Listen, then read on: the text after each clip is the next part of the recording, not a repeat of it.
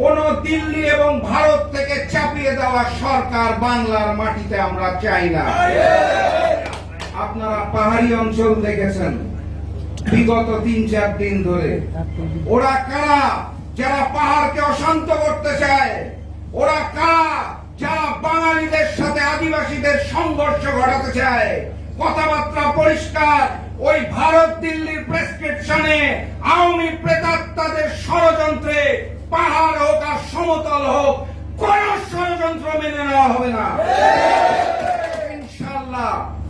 BNP নেতৃত্বাধীন যুগপত দলগুলো যারা আন্দোলনে ছিল, এই বৈষম্য বিরোধী আন্দোলনে যারা ছিল, সকলে মিলে জনাব তারেক রহমানের প্রেসক্রিপশনে জাতীয় সরকার গঠন করা হবে এবং 31 দফার মাধ্যমে বাংলাদেশকে নতুন করে সংস্কার করা হবে। সময় সংক্ষিপ্ত, বেশি কথা বলবো না। শেখ হাসিনা 5 তারিখে চলে গেছে। যাওয়ার সময় সারা বাংলাদেশে কিছু প্রেতাত্মা রেখে গেছেন, যাদের হাতে বিগত 16 বছরের অর্জিত অসংখ্য কালো টাকা এবং কালো অস্ত্রের ঝনঝনানি।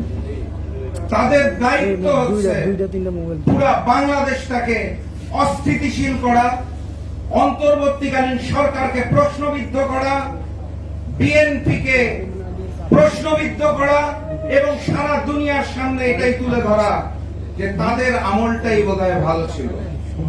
আমি আপনাদেরকে শুধু এটুকু স্মরণ করিয়ে দিতে চাই, ওই আয়না ঘরের জনক, ওই খুনের জনক, গণহত্যাকারী ফ্যাসিস্ট শেখ হাসিনা যিনি 5 তারিখে পালিয়ে গেছেন, আমরা সেই দুঃসময় সেই আমলটা বাংলার মাটিতে আর কোনদিন দেখতে চাই না। বাংলার মাটি থেকে আওয়ামী লীগ, যুবলীগ, ছাত্রলীগ, মহিলা লীগ, শ্রমিক লীগের রাজনীতি চিরতরে নিষিদ্ধ ঘোষণা করা হয়েছে। আমি শুধু আপনাদের মনে করিয়ে দিতে চাই, আন্দোলন শেষ হয় নাই। আন্দোলনটা সেদিন শেষ হবে যেদিন সারা বাংলাদেশের মানুষ নিশ্চিন্তে, নির্ভাবনায় একটি তাদের ভোট প্রদান করতে পারবে। আন্দোলনটা সেদিন শেষ হবে যেদিন বাংলাদেশের মানুষ কোন সরকার গঠিত হবে সেটা নিজেরা চূড়ান্ত করতে পারবে। আমি যারা রাষ্ট্রের নেতৃত্ব দেবেন, তিনি চিকিৎসা করতে ভারতে গিয়েছেন, লন্ডনে গিয়েছেন। সেই চিকিৎসা শেষে তিনি যাতে দেশে ফিরতে না পারেন এবং আগামী দিনে রাজনীতিতে তিনি যাতে নেতৃত্ব দিতে না পারেন, সেই ষড়যন্ত্র অংশ হিসেবে একের পর এক মিথ্যা এবং ষড়যন্ত্রমূলক মামলা দেওয়া হয়েছে। সেই দেশনায়ক জনাব তারেক রহমানকে তার বিরুদ্ধে বৈষম্য করা হয়েছে।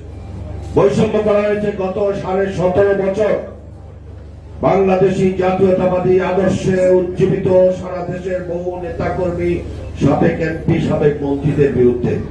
তাদেরকে সকালবেলা উঠেই কোর্টে হাজিরা দিতে হয়েছে, সন্ধ্যার পরেও কোর্ট চলেছে, তার বিরুদ্ধে একের পর এক রায় দিয়ে আমাদেরকে দণ্ড দেওয়া হয়েছে।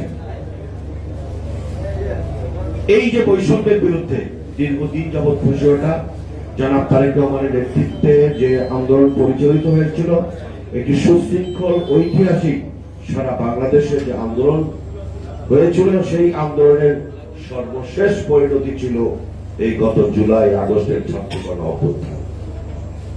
সেই অভ্যুত্থান করতে গিয়ে এবং আন্দোলন করতে গিয়ে যারা শহীদ হয়েছেন তাদের